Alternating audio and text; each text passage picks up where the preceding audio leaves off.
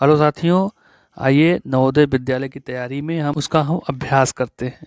तो आइए बिना देर के हुए आगे बढ़ते हैं। हमारा आज का पहला क्वेश्चन है, 5 अंकीय बड़ी से बड़ी वह संख्या जो अंकों यानी 5 अंकीय संख्या जो अंकों 7, 3, 2, 0 और 5 से बनने वाली 5 अंकों की सबसे बड़ी संख्या हमको लिखनी है।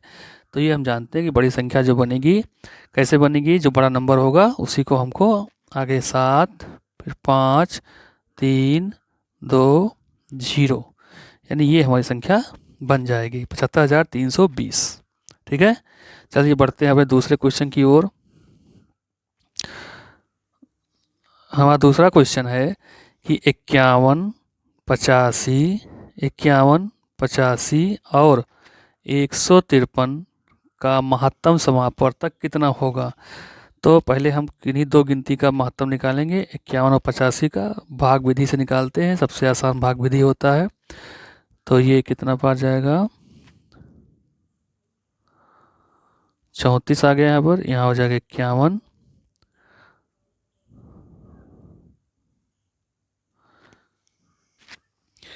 यहाँ पे हमारा हो जाएगा 34। अब घटाएंगे यहाँ पर तो कितना हो जाएगा 17। इस 17 से 34 को भाग कर देंगे, 17 दूना 34। इन दोनों गिनतियों से हमारा जो मासा निकल के आया 17। अब 17 से 153 में भाग करेंगे तो हम जानते हैं कि 17 नौया 153 होता है। तो यानी कि हमारा मासा जो आ गया वो कितना आ गया, हमारा जो मासा आ गया वो कितना आ गया, हमारा मासा आ गया 17। 17 इसका जो है सही जवाब है। चलिए बढ़ते हैं अगले क्वेश्चन की ओर। अगला क्वेश्चन है कि 56,95,08,007 कैसे लिखेंगे। तो 56 करोड़, करोड़ से पहले लाख होता है, लाख में दो अंक होते हैं। तो 95 लाख, दो अंक पूरे हो गए। लाख से पहले हज़ार होता है, हज़ार में यहाँ पे 8 दिया है, 8 में अकेला 8 है तो यहाँ पे 0 लगा के 8 लिख देंगे, क्योंकि हज़ार में दो अंक होते हैं। 8,007, 8,007 माने कि यहाँ पे सैकड़ा और दहाई दोनों नाम नहीं है, तो हमारा ये हो जाएगा 56,95,08,007। ये इसका सही जवाब होगा। जो ऑप्शन में मैच कर रहा होगा उसमें हम टिक कर दें, हम उसमें गोला बना देंगे। सवाल नंबर 4 की तरफ बढ़ते हैं।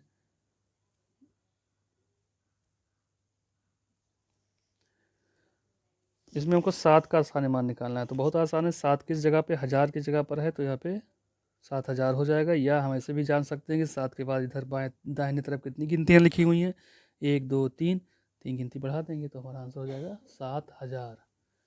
ठीक है, हमारा है, ध्यान से सुनिएगा। एक बस मेरठ से आगरा के लिए सुबह यानी मॉर्निंग सुबह 5:35 बजे 5:35 बजे चली और आगरा जो है रात में, मेन चीज़ यही है, रात में 8:35 पर पहुंची। अब हमको बताना है कि कितना बस पहुंचने में बस ने कितना समय लिया। तो सुबह 5:35 पर चली, शाम को 8:35 पर रुकी। तो इसका सबसे अच्छा तरीका है कि जो शाम के शाम का जो टाइम होता है वो 12 बजे के बाद होता है। यानी 8 बजने का मतलब हो गया 12, 8, 20, 20:35 पर पहुंची शाम को, और 5:35 पर चली। तो 5:35 में से घटा देंगे,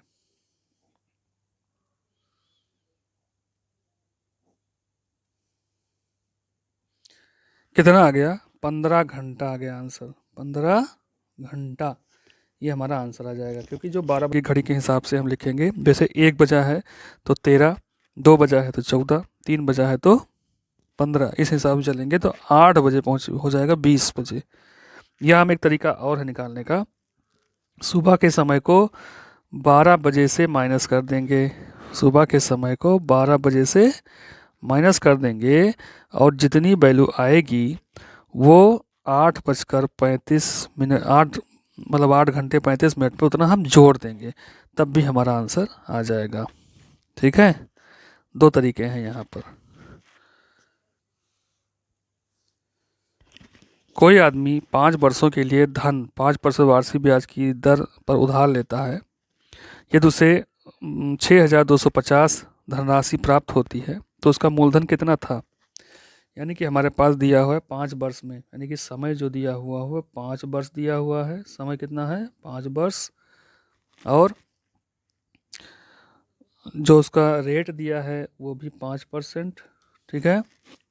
और हमको साधारण ब्याज की दर पर उसने उधार लिया है, और जो हमको मिश्र धन है वो है 6,250। अब हमको मूलधन नहीं पता है कि कितना उसने उधार लिया था और ना ब्याज पता है। इसके लिए हम 2 तरीके लगाने के। एक तरीका तो ये है कि सबसे पहले हम ये मान लें कि माना हमारा जो मूलधन है वो 100 रुपया है। मूलधन कितना है 100 रुपया है, तो इसके हिसाब से जो ब्याज होगा वो क्या होगा, मूलधन गुणे दर यानी 5 गुणे समय यानी 5/100। यानी जो ब्याज होगा, अगर मूलधन हमारा 100 रुपया है तो ब्याज हमारा हो गया 25 रुपया। ये यहाँ पे लिख दें, ये मूलधन है, मूलधन हमने मान लिया है, माना मूलधन 100 रुपया है तो ब्याज हमारा हो जाएगा 25 रुपया। और अगर मूलधन 100 रुपया है और ब्याज 25 रुपया है तो उस हिसाब से जो मिश्र धन होगा वो 100 और 25 जोड़ के बनता है, यानी कि मूलधन और ब्याज जोड़ के मिश्र धन बनता है। तो अगर हमारा मूलधन 100 रुपया है, ब्याज हमारा 25 रुपया है, तो मिश्र धन हमारा 125 रुपया होगा।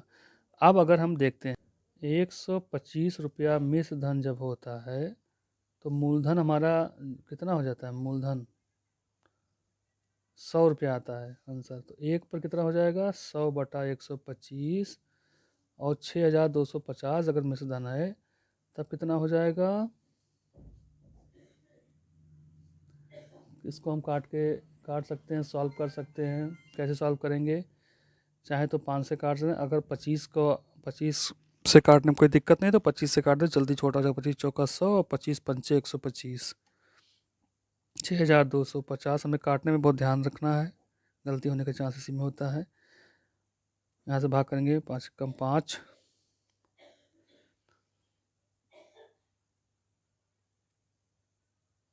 1250 को हम 4 से गुना कर देंगे तो हमारा उत्तर हो जाएगा 5,000 रुपये। यानी हमारा जो मूलधन होगा वो कितना आ जाएगा 5,000, ये हमारा मूलधन आ जाएगा। आगे एक ट्रेन वाला सवाल है कि एक ट्रेन जिसकी लंबाई 50 मीटर है, यानी कि ट्रेन की जो लंबाई है, ट्रेन की खुद की लंबाई 50 मीटर है, ठीक है, और 200 मीटर लंबा प्लेटफार्म है। प्लेटफार्म 200 मीटर लंबा है। अब 20 सेकंड में ट्रेन उसको पार कर जाती है, तो ट्रेन की चाल कितनी है। ट्रेन की जो हमको चाल निकालनी है तो सबसे पहले जो दूरी होगी, हम जानते हैं कि प्लेटफार्म की दूरी और ट्रेन की दूरी दोनों जो है दोनों ऐड हो जाएगा, 250 मीटर दूरी अब मानी जाएगी, ठीक है। समय कितना लग रहा है उसको, 20 सेकंड लग रहा है। समय कितना लग रहा है, 20 सेकंड लग रहा है। तो चाल उसकी क्या होगी, चाल बराबर दूरी बटा समय। तो 250/20, 0 से 0 कट गया, 25/2 आ गया, और भाग करेंगे 12.5 मीटर प्रति सेकेंड, मीटर प्रति सेकेंड।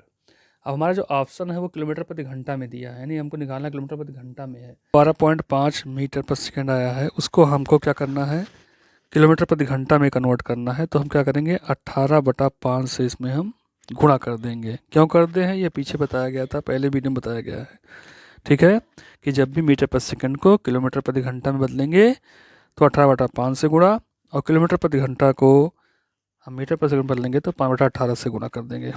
5 से कम 5 और 5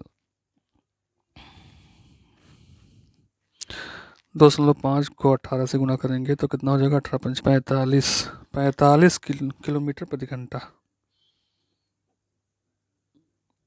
50 किलोमीटर प्रति घंटा इसका उत्तर हो जाएगा।